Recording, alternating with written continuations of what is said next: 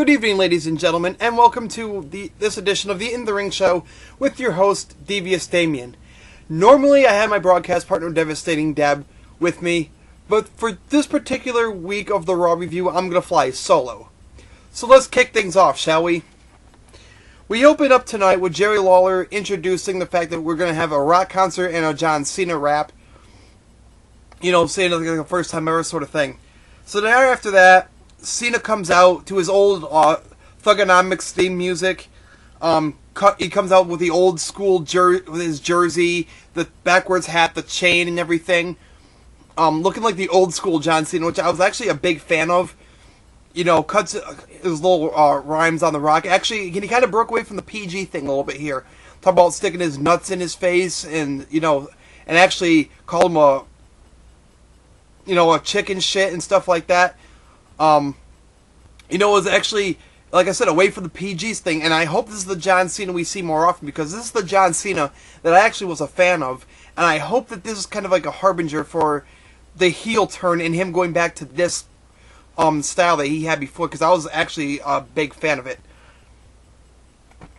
So then after Cena's rap, we get a Vicky Guerrero promo, where she says daylight savings time should be illegal because it deprives them of 1 hour of Dolph Ziggler's presence, which that was the lead into, the Dolph Ziggler versus Sheamus match.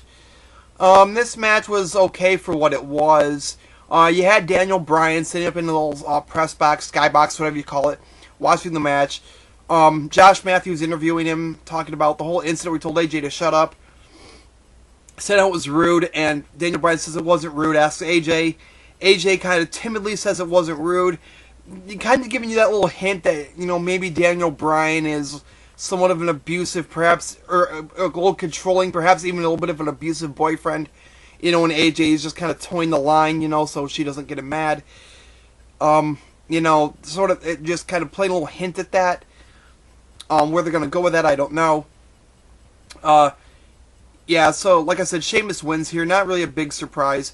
There was one spot, though, where it looked like Sheamus did get a little bit hurt. Maybe a little bit of friction burn. I'm not sure. The part where Dolph threw him into the announce table, the edge of it, and like he scraped his back or burnt it or did whatever. If it is burnt, I hope that Sheamus doesn't get a staph infection or something. Because those, I've heard, can be quite nasty. But that moment where Dolph threw Sheamus into the table was actually a pretty impressive moment. That was like the one highlight of the match. Yeah, but like I said, Sheamus wins. No surprises, he's just been pretty much steamrolling over everybody throughout his course to WrestleMania. So then they announce that for WrestleMania, it's going to be a 12-man tag, Team Laurinaitis versus Team Long, to decide who's going to be the permanent manager of both shows. So next we get what starts out as Santino and Oksana against David Otunga and what we thought was going to be another diva, but instead Laurinaitis changes it to, and excuse me, I gotta say his name the way I always say it, Laurinaitis, excuse me, he is Laurinaitis to me. So we get Laurinaitis changing it to a handicap match with Otunga and Mark Henry against Santino. Obviously, Santino gets squashed relatively quickly here, and Laurinaitis announces that Mark Henry is the newest member of Team Laurinaitis. But on a side note, Teddy Long had come out during the course of the match, knocked Laurinaitis on his butt once again, and then proceeded to leave. And then after the match, Henry and Otunga proceeded to keep beating up Santino. Both Kofi Kingston and R-Truth came out to make the save, not at the same time, at separate times, but anyway, they both came in and attempted to make the save. They both got beat down for their efforts. So, basically, 3 people got destroyed here. So, we get a backstage segment with Eve and Zack Ryder. Zack Ryder talking about how he, he was trying to message Eve, she wasn't responding, asks Eve if she was playing him. Eve says, no, you're playing yourself. And then she suggests that they be friends with benefits. Zack says, okay, sure, whatever. So then we get a thing where Beth Phoenix keeps talking about that Maria Menudo or whatever. wants to go pay her a visit, and then she says that she could have Zack Ryder wrapped around her finger anytime she wanted to, and that Eve probably wouldn't mind, and Eve says, actually, I would mind. So Eve kind of acting a little jealous here, whether it's legit, I don't really know where they're going to go with this storyline of Eve supposedly being jealous over, the woman trying to get, Zack Ryder wrapped around her finger. So then afterwards we get, The Miz going into Boronitis' office. Well, Boronitis is on the phone with a member of the board of directors, and Miz wants to be on Team Boronitis. So we get a match booked later in the night, CM Punk versus The Miz. If Miz wins, he's on Team Boronitis. If not, well, then he's shit out of luck, basically. And after that, oh, wait, excuse me, hold on a second, I gotta make a phone call real quick.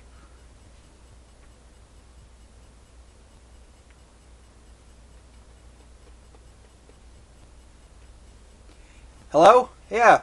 Hey, is this Brodus Clay's mom? Yeah. Oh, by the way, yeah, your son was on TV. It was getting funky up in there. It says somebody called his mama, so I'm calling you to let you know what happened. It got funky because your son, the Funkasaurus, was in there with Jinder Mahal in a squash match. Yeah, it got real funky tonight on Raw. Just thought you'd want to know. Okay, bye. Oh, wait, were you... Oh, the camera was rolling while I did that. Sorry, my bad. So as you just heard me say in the phone call, in a squash match, Brodus Clay defeats Jinder Mahal, and I was actually glad to see Brodus tonight, because I actually thought it was bullshit that he got taken off of TV when he was actually one of the more entertaining characters on TV at the present moment. So then after that match, we get HBK heading to the ring for his little promo with Undertaker that was scheduled for this week. So, he comes out, HBK comes out, talks about the whole Taker versus Undertaker match at WrestleMania in the Hell in a Cell, and then he reviews last week where Triple H was saying how it pains him to see Shawn as a loser, a failure, and so on and so forth. And he says that nobody in the locker room had, come up to him, called him a loser, called him a failure, said he couldn't get the job done, and stuff like that. So then he proceeds to call it The Undertaker. Out comes The Undertaker, and Taker basically says that he had never said any of these things about HBK, because HBK had, confronted him about saying these things, and Undertaker basically flipped it on him, saying, well, are you actually saying that I said these things, or are you just, repeating back what Triple H said? So then we get HBK talking about how it's ironic that even though Undertaker ended his career, he could be the one that ends the streak by counting Taker's shoulders down, how it could be because of him that the streak ends. Kind of throwing in the little implication this week that he could possibly screw Taker, even though last week he kind of threw in an implication that he could screw Triple H. So it's kind of leaving you to wonder whose side is HBK going to be on here. So then Taker says, well, if you don't do the right thing, call the match down the middle. After I beat Triple H, I'm going to put an end to you once and for all. So then after that, HBK leaves the ring. Triple H comes out, says nothing to him, just kind of stares at him, gives him the crotch chop, walks away. So after this, we get CM Punk versus The Miz, and James Roday was the special guest ring announcer for this match, and James Roday was freaking hilarious. Like, calling The Miz like the most manscaped and so on and so forth, and just saying really funny things about The Miz. Giving him a funny introduction. Then he gave CM Punk a pretty funny introduction. A pretty decent match here. CM Punk wins. After the match, Jericho talks about Punk's father being an alcoholic. How, and it terrifies Punk. That's why Punk is straight edge. He's trying to avoid drinking. But he's going to force Punk to drink. He's going to strip him of being able to call himself the best in the world. And he speculates that the reason he's got all those tattoos is the pain of the tattoo needle kind of helps subside the cravings for drinking. And Punk just kind of looked like he couldn't even respond. He just sort of looked stunned, kind of upset, and just left the ring in silence. So then we get Jack Swagger versus Randy Orton in a match that basically was to do nothing but to further the storyline between Kane and Orton. So Randy Orton wins. All of a sudden the lights come on, the fire from the post comes up as if Kane's going to come out, and nothing happens. We don't even get a promo. We don't get a Kane appearance. We get nothing. We just kind of leave Orton just standing there wondering where the hell Kane is. So afterwards, we get the closing segment of the night, the Rock concert. Rock comes out, cuts his little promo, talk about Cleveland breaking a record. He compared Cena to Mark Wahlberg, and stuff like that. So, talks about Cena being a child of Vanilla Ice and a Teletubby. So then he proceeds to sing. He does a song called Cleveland Rocks, but he does it to a slower tune of Jailhouse Rock. He uses it to insult Cena, says things such as he slept with Cena's mom, he's an Eminem wannabe, and other things like that. And then he closed out the whole concert with a version of We Will Rock You, again using the theme of the song to basically insult Cena some more. Stuff like that. So, we get the more hype for the Cena and Rock match at WrestleMania, and that was the way the show ended. So a few thoughts for tonight's show. WWE must be really punishing The Miz for his little mistake of not catching R-Truth, because I can't remember since then when he's won a match. And it doesn't look like he's going to be part of WrestleMania, so Miz is really eating a lot of shit here. Whether he deserves to eat shit for this long, well, I don't know. I guess that's an opinion for other people. Personally, I think, he gets the point. I think he's been punished long enough. Let him be a part of WrestleMania. It's kind of sad when he went from the main event last year to not even being involved this year. I think they should, give him something. Another thought. This is actually happened last week. It was on a couple different websites, and I want to mention this real quick. Kia Stevens, a.k.a. Karma. My condolences go out to her. She lost her baby due to miscarriage. I guess, I'm not sure exactly when this happened. I know she had been, covering it for months because, she didn't want anybody to know what had happened. I'm guessing this could have even happened as far back as the Royal Rumble, but she was still saying the baby was in good health, and she didn't really want to reveal what had happened yet. She finally stepped up and revealed it. She's been really emotional, been really just on this emotional roller coaster, as of late, which is understandable for something like that. Karma, I wish you the best, and I hope that you can, recover from this and be at least somewhat the same. I know that nothing can, stop how you're going to feel, but I hope that you can come back and be, focused, and, that the pain of this doesn't, haunt you 24/7 all the time.